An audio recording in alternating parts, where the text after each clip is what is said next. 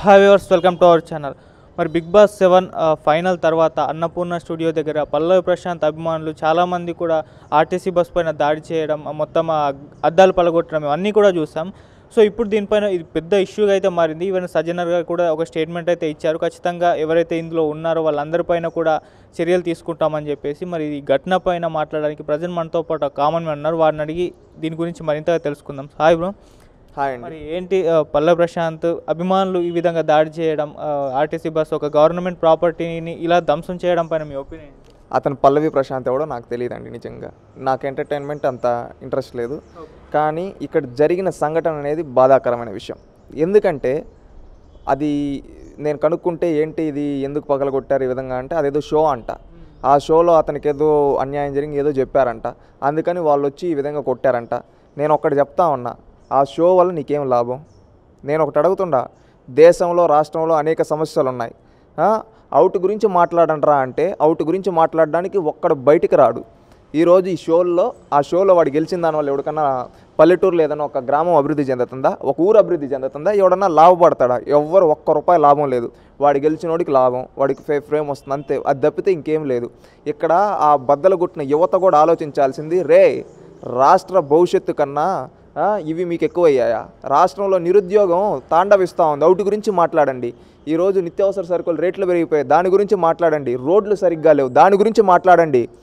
ఇంకా ఈ చాలా ప్రాబ్లమ్స్ ఉన్నాయి. ఈరోజు మహిళలపైన అత్యాచారాలు జరుగుతున్నాయి, దాని గురించి మాట్లాడండి. ఈరోజు ఎడ్యుకేషన్ సిస్టమ్ బాగాలేదు, దాని గురించి మాట్లాడండి. బస్సు రేట్లు పెరిగిపోయినాయి, దాని గురించి మాట్లాడండి. ఏమిటి గురించి మాట్లాడకుండా అదేదో షోలో వాడెవడో గెలిచినాడంట, వాడెవడో వచ్చిందంట, వాడి వల్ల నీకు లాభం ఏంటి? రాష్ట్రంలో దేశం కంటే నీకు అవి ముఖ్యమయ్యాయా? ఈరోజు ఒక బస్సు పబ్లిక్ ప్రాపర్టీని ధ్వంసం చేయడానికి వాళ్ళు ఎవరండి? అదందరూ ప్రజలు కట్టే ట్యాక్స్ ద్వారా అది చేశారు. అది ఎవడో ఒక డబ్బు కాదు. నువ్వు పగలగొట్టుకోవాలంటే నీ ఇంట్లో అది పగలగొట్టుకో. ఏవో షోల్లో చేసి వాడెవడో ఓడిపోయాడని ప్రభుత్వ ప్రాపర్టీని ధ్వంసం చేయడం తప్పు. బస్సుల్ని ధ్వంసం చేస్తావా? సిగ్గుండాలి ఆ విధంగా చేయడానికి. ఆ విధంగా చేసిన వాళ్ళు ఆలోచించాలి. నీ తల నువ్వు పగలగొట్టుకుంటావా? పగలగొట్టుకోవు కదా. అలాంటప్పుడు రాష్ట్ర ప్రభుత్వ ప్రాపర్టీని వాడు ఎవడండి కొట్టడానికి? నేను ఒకటే చెప్తున్నాను, రాష్ట్ర యువత కూడా, దేశంలో ఉండే యువత ఆలోచించాల్సింది ఏంటంటే రాష్ట్రంలో అనేక సమస్యలు ఉన్నాయి, అవుట్ పైన పోరాడండి. ఒకప్పుడు స్వాతంత్ర సమరంలో ఏ విధంగా స్వాతంత్రం కోసం పోరాడారు, స్వాతంత్రం తెచ్చారు. ఈరోజు స్వాతంత్రం వచ్చిన తర్వాత కూడా దేశంలో అనేక సమస్యలు ఉన్నాయి, నిరుద్యోగం ఉంది. ఆ నిరుద్యోగం గురించి నువ్వు ప్రభుత్వాన్ని నిలదీ. ఎందుకు రాష్ట్రంలో చదువుకున్న వాళ్ళకు ఉపాధి ఉద్యోగ అవకాశాలు కల్పించడంలో మీరు విఫలమయ్యారని నువ్వు నిలది. అప్పుడు నువ్వు మొగాడివి. అంతేగాని ఏదో షోలో అదేదో షో పెట్టుకొని ఆ షోలో వాడు ఎవడో గెలిచాడంట, వాడి కోసం నువ్వు అద్దాలు పగలగొట్టడం ఏంట్రా? ఆ పగలగొట్టిన వాళ్ళకి ముందు నీకు అంత దమ్ముంటే నీ తల నువ్వు పగలగొట్టుకో, నిన్ను కోసుకో, ఆత్మహత్య చేసుకో.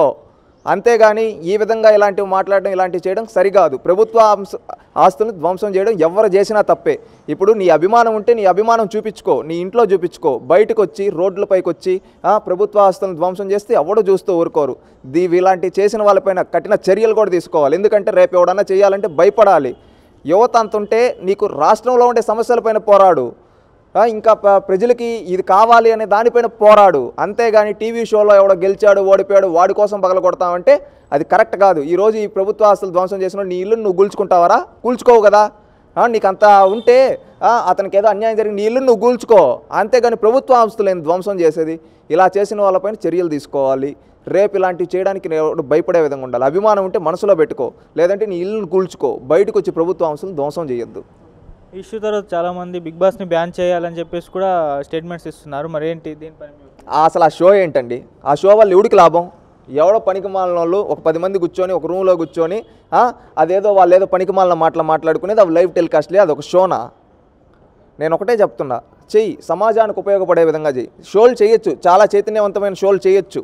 ఎందుకంటే ఎంటర్టైన్మెంట్ ఉండాలి, కొద్దిసేపు ఉండాలి, నవ్వుకోవాలి. అదే విధంగా అయిపోయి ఈ విధంగా కాదు. రాష్ట్రంలో చాలా సమస్యలు ఉన్నాయి. ఈరోజు ఆ షో వల్ల నువ్వు ఆ షోకి ఎంతో డబ్బులు ఖర్చు పెడుతున్నావు కదా, ఆ డబ్బుల వల్ల ఏం లాభం? నీ టీఆర్పీ రేటింగ్లు నువ్వు వల్ల బాగుపడుతున్నావు. అదే డబ్బులు తీసుకొని వచ్చి ఒక గ్రామాన్ని దత్తత తీసుకో, ఒక గ్రామాన్ని అభివృద్ధి చేయి. నువ్వు ఒక 10 మందికి ఇన్స్పిరేషన్గా ఉండు, ఒక 10 గ్రామాలను అభివృద్ధి చేయమని చెప్పి ఛాలెంజ్ విసురు. ఈరోజు వీళ్ళని నామినేట్ చేయి, వాళ్ళని నామినేట్ చేయి అంటున్నారు కదా. ఈరోజు అక్కడ డబ్బు ఉండే వాళ్ళు దానికి ఎన్నో కోట్లు ఖర్చు పెడతారు కదా.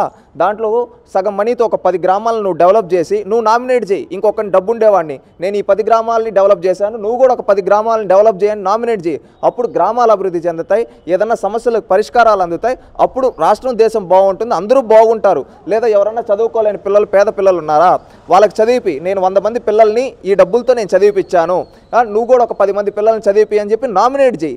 దాని ద్వారా ఒక మంచి సమాజం ఏర్పడుతుంది. అంతేగాని పనికిమాలిన వాళ్ళందరినీ కూర్చోబెట్టి ఒక షో చేసి దాన్ని లైవ్ వదిలి దాని ద్వారా జనాల ఎమోషన్స్ని రగిల్చి వాళ్ళ ద్వారా ఇవి చేయాలంటే ఇలాంటి షోలు నిజంగానే బ్యాన్ చేయాలి. సో ఇది అంతటి కారణం పల్లవి ప్రశాంత్ గెలిచిన తర్వాత ఒక ర్యాలీ నిర్వహించడం కూడా కారణం అని చెప్పేసి ఆయన మీద కూడా కేసులు పెట్టడం చూస్తున్నాం. మరి ఏంటి దీంట్లో? అది ఆ పల్లవి ప్రశాంత్ ఎవడో తెలియదు, వాళ్ళ ర్యాలీ ఏంటో తెలియదండి. కానీ ఇలాంటి షోలు ఇలాంటి వల్ల మాత్రం సమాజం పొల్యూట్ అవుతూ ఉంది. ఈ సమాజం పొల్యూట్ అవ్వకూడదు. ఎందుకంటే ఈ పనికిమాలిన షోలు చేసేది ఆ డబ్బుల్ని పేద ప్రజల కోసం ఖర్చు పెట్టు, గ్రామాల అభివృద్ధి కోసం పెట్టు, సమస్యల పరిష్కారానికి ఖర్చు పెట్టు, నువ్వు నామినేట్ చేయి. దానివల్ల 10 మంది బాగుపడతారు, 10 మంది ఆనందంగా ఉంటారు. అంతేగాని ఇలాంటివి పెట్టుకొని ఇవి చేసుకొని ఇప్పుడు వాడు గెలిచిన దానివల్ల ఎవరికన్నా ఏమన్నా చేశాడా?